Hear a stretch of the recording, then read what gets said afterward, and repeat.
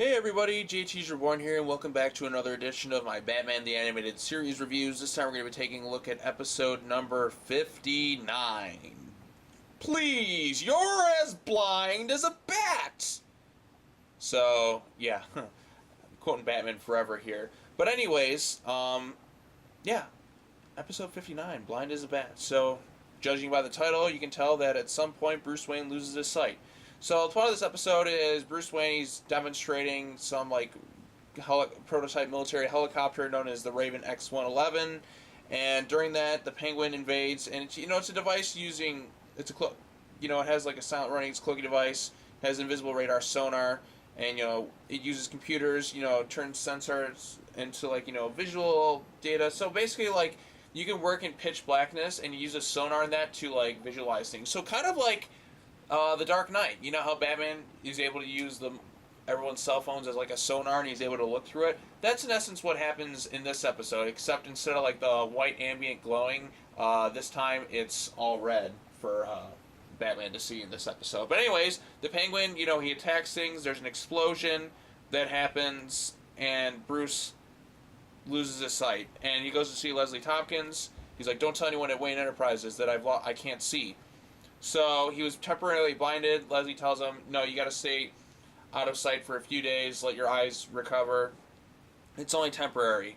But unless he tries to agitate himself and he could risk himself. But Batman's like, no, I can't do that. So he uses the same technology that's used in the Raven helicopter, and he uses that, so he basically sees via sonar, which is a pretty cool concept. So in essence, with Batman's blinding, he's kind of like Daredevil there for a second. Although Daredevil's had years and years of training with all this, he's still able to do pretty well, but he has to use his sonar abilities that he's developed. So he goes after the Penguin. Things aren't going well. He's blinded. He takes down the helicopter, which was cool and all. And then what's funny is to see him flying and arguing with this thing. I mean, he could have just called Robin, really, for this mission. He honestly, I know he's at college, but I think it would have been fine if he could have just had Robin do this mission alone. But Batman's ego, and I understand he wants to help the city. That's perfectly understandable. But I think there was a time and place where Alfred should have just intervened. No, Master Dick's going to take care of this. Okay, you are clearly injured. He's smart. He's capable. He can do this himself. So that's what happens. So Batman, in essence, takes down the helicopter, and then the Batplane starts to crash, which is funny, seeing the planes arguing, telling what's happening, and he's like, tell me something I don't know. So then his device, which has a battery pack with it, no wireless batteries, it's cord, it starts acting up, starts losing juice, and Batman basically is it's malfunctioning while he's trying to escape from the Penguin and his henchmen because, he's injured, he can't really see. And so he has to try and, fight them all off using, his other senses. And then at one point the Penguin realizes this, but Batman's able to use, his other senses, kind of like how he did in the episode Off Balance, to stop the Penguin.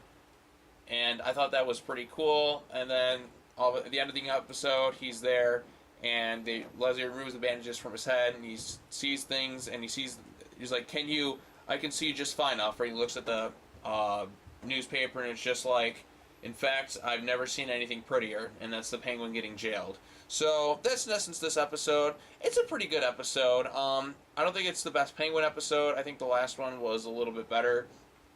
But this one brings up some cool ideas. I think this episode introduced the concept of that in The Dark Knight. Oh, and there's also another moment that I kind of like too, where Batman's hanging from the ledge or something, some guy's looking over it, and he does a Batman 89 thing, where Michael Keaton's Batman, he has that one guy in the Belfry, and then he Gotham Cathedral, where he uses his legs to take the guy down. Although instead of killing the guy like Keaton did, this Batman he falls into some soot or dirt or whatever kind of gravelly substance is there, and he was okay. In essence, Batman stops the Penguin. That's pretty much the episode. Yeah, I like the episode just fine.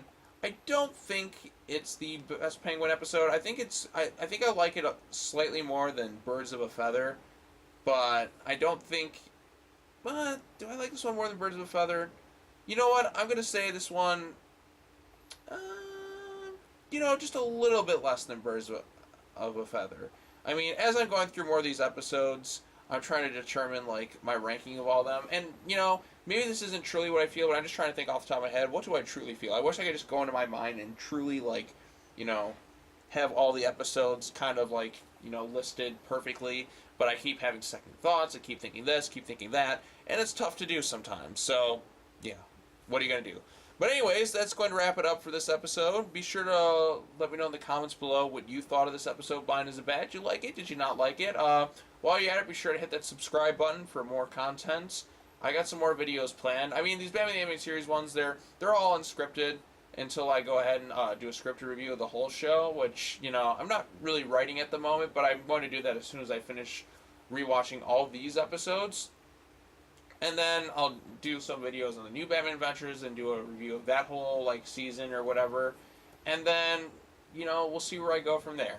But anyways, that's going to wrap it up for this video. Thank you all for watching. As always, kind of like, subscribe. And until the next time, we're going to be taking a look at, you know, a two-parter, if I'm not mistaken. Let me just look it up really quick. The Demon's Quest, parts 1 and 2. So, yes. Very much looking forward to that one. That's one I really wanted to watch for a while. And Ra's al Ghul, or Ra's al Ghul, or Mr. Ghul, or whatever the fuck you want to call him. He's in the next two-parter, so... And so is Talia, so it should be cool. But, yep, once again, thanks for watching. Take care now. Bye-bye then.